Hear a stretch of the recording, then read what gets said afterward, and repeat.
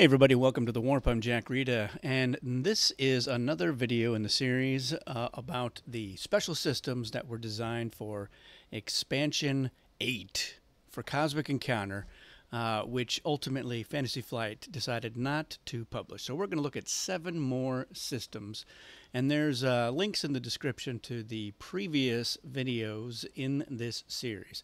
So again, special systems are the sort of reimagining of the reverse hex systems that were first introduced in the final expansion in the Eon edition of Cosmic.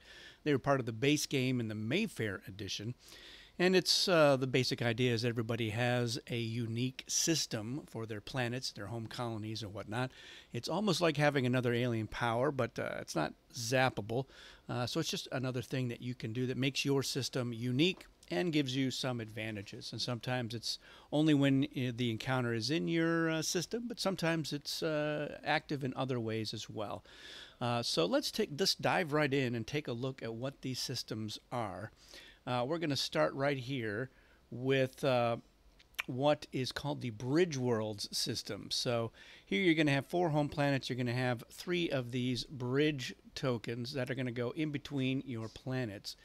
And the way it works is once per resolution phase, you may freely move 1 or more ships belonging to any one player, even yourself, from one planet to another connected by an adjacent bridge in your system, consolidating colonies or dividing a group of ships into 2 colonies. This migration takes place before victory conditions are checked, so that is important, especially when you're the defense here. But notice that this is as any player, so it's every resolution phase. You can move these things around, which means that players are going to find that their foreign colonies are likely to be consolidated here, which is a little bit of a deterrent. Now, the other thing that you could do is alternatively, you can show and trade cards between you and any player you share a colony with in your system. So that is a way for players to bribe you not to consolidate their 2 colonies. If they've got a colony here and colony there, and you'd be like, oh, I'm going to consolidate those into 1. Because this happens in the resolution before victory conditions, if you're targeted here, you can consolidate your ships out of there instead of losing them to the warp. So it's pretty strong defensively as well. So yeah, that's how the Bridge World systems works. We decided that was going to be a yellow alert, as you can see in the top right corner there under the art. That is the alert level. So a little bit of thinking that goes into how to really take advantage of this. All right, our second system is called the Shield system. So you can have these 3 shield tokens: an attack dampener, an artifact repulsor, and a reinforcement suppressor. And they're going to be placed face down. So you can see these are placed face down. We don't know which one is which, and I imagine them being curved tokens here, but I just made straight ones. It was just easier in TTS rather than going through a whole rigmarole of gluing tokens together. So when another player aims the hyperspace gate at one of your planets, they're going to choose one of those face-down tokens. It is revealed and it's placed between the targeted planet and the hyperspace gate. And then at the end of the encounter, the activated shield is placed face up on the sheet. You can't use it again until another one has been selected. So the players don't know what the effect is going to be. Now, have the attack dampener happens to be the shield, and any attack cards revealed by basically the attackers that are valued over 10 are only worth 10. So that can be a nice advantage for you as the shield system player. The artifact repulsor, no player on the opposing side of the encounter can play an artifact. And with the reinforcement suppressor, no player on the opposite side can play a reinforcement. So it's, they're not sure what they're in for, although if like one of them gets revealed, they're like, okay, so this one is out, and they'll know the next time that it's going to be one of the others. But then this one will then get face down, and you mix them up as the defense so that nobody knows which tokens are out there. They'll know which one it's not. So like, oh, the next time this one, the attack dampener, you don't have to worry about that. But next time you will have to worry about it, potentially. All right, our next system is called the Ringworld system. So this was one that was posted on the internet back in the 90s. And it's pretty similar to how it worked. You're going to have 4 planets. and you have these shadow squares that are going to go on either side. So you'll have 3 of them will be in between, and then so it's just clear that this one here is adjacent to this planet and this planet. This one is just adjacent to that one.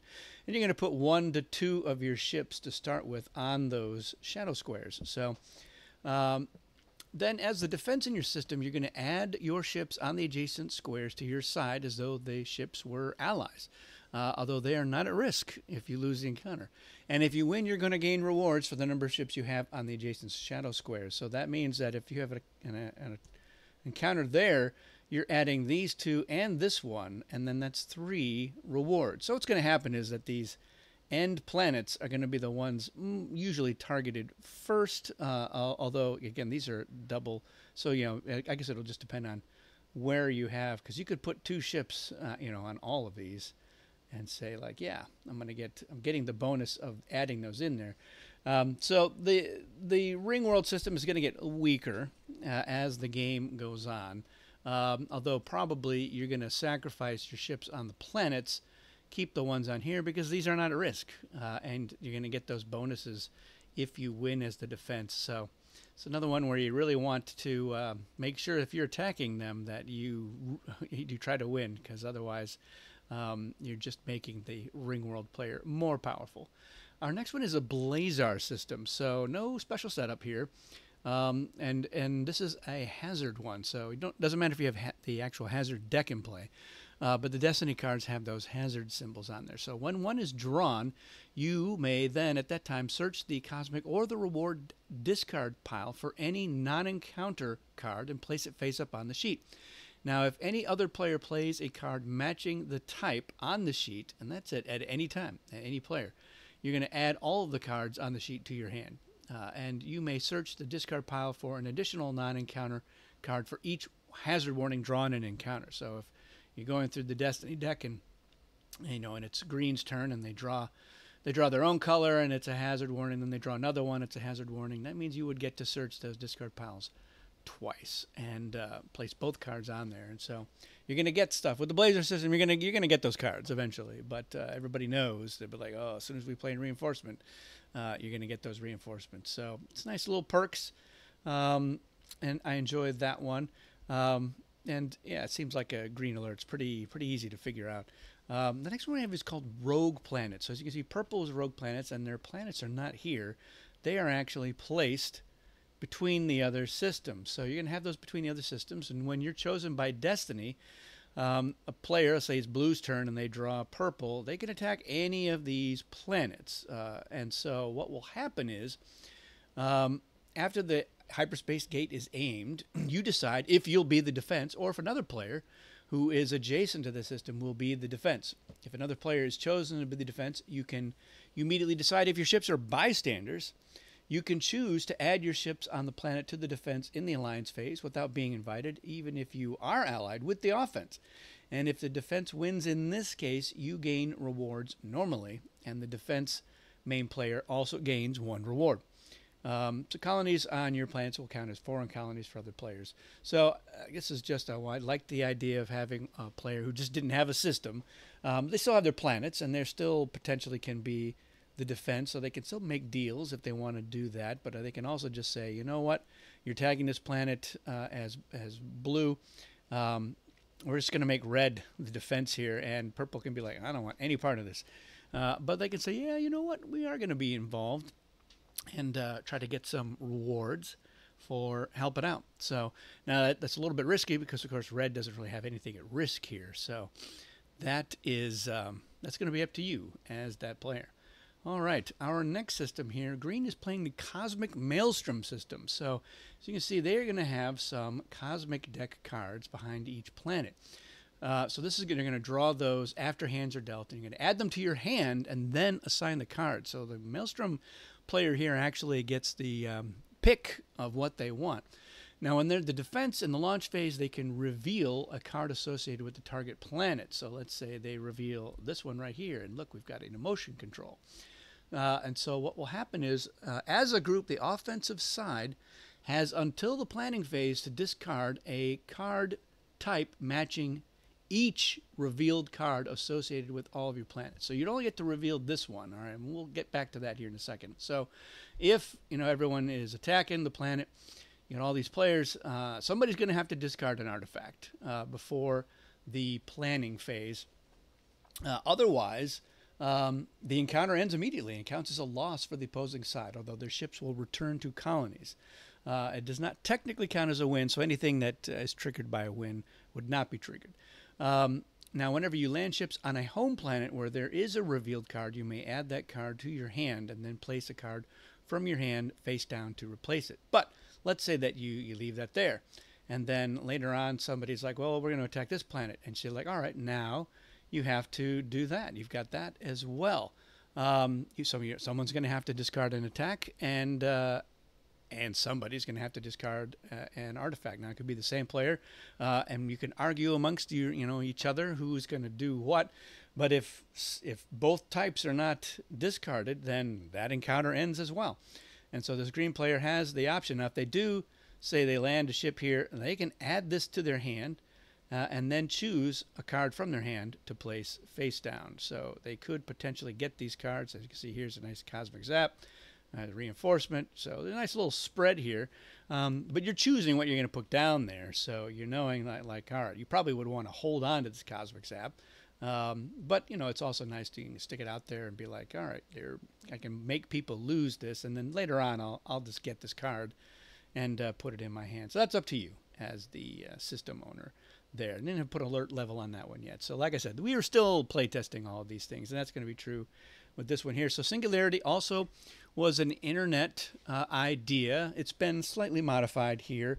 But what you're going to do is you're going to arrange these tokens here. You can see these are numbered 1 to 2, 3 to 4, 5, 6, 7, 8, and 9 plus. And then you've got a Singularity token, which starts off right there according to the diagram. And what's going to happen is, in an encounter in your system, I know it says any player at the bottom, but it's in your system, all ships not on your side that will be lost to the warp are instead taken into the Singularity. And the number of ships lost determines where their placement is. So if there's only 1 or 2 ships lost, they're going to go straight to this 1 to 2 token. But if there are more ships lost, they're going to go to the proper token, including like, all right, there were 15 ships lost. They're going to go right here. And so the more lost, the worse it's going to be for the people with ships there. Because this is a little bit like the PRA. In some ways, it's even worse than the PRA. So what will happen is at the start of each player's turn, all ships located on the 1 to 2 one get released to the warp. And then everybody else moves down one. So that is start of each player's turn. The ships on this one here will move to this one. Those here would move there. These here will go into the warp. So your ship resources as the defense, Singularity player really wants to win as the defense and really start dragging down those ship numbers. Now you can also, when you have the ships lost to a planet adjacent to the event horizon, are captured onto this sheet instead if you choose. And so that's a big deal. The ones on the event horizon, those get put down later on. I don't know, is that clear? I don't know. This is one, and this may not even be the most up-to-date version of this. So after a lot of play tests, we would update the stuff in the document, and then periodically I would update all of the sheets. And so clearly this one doesn't have the right timing strip on the bottom, and I didn't have the alert level, so it's clearly one generation behind. Yeah, start of each player's ships. Ships lost, yeah. So I believe that's what happens with the ones when you're like here, they go onto the sheet, they get moved down. So I tend to like to keep this down here, just so that I can really force people to. Although I like to encourage people to only send a couple of ships, so you got some options there with the Singularity. So, and this is, like I said, it's a little bit different from how it originally was, and maybe we were playing around with the idea of having it happen whenever they were main player. But yeah, if you're watching this, let me know in the comments. Do you think it should be even harsher and Singularity system be as a main player, or just as the defense? Singularity is pretty powerful. Likes to pull in anything that's going on. Maybe it's in adjacent systems. No, that's not. That's just cruel. But there you have it. So 7 more systems. The idea was we did 42. We did 42 of these systems, and that's because I like to, if you're going to have a variant, I like to have a lot of variety with that variant. I want to have a repeat of only 10 space stations. Now with the Cosmic Odyssey, we've got 20 plus another 16 of 2 different types. But I think 42 is a pretty good number of systems.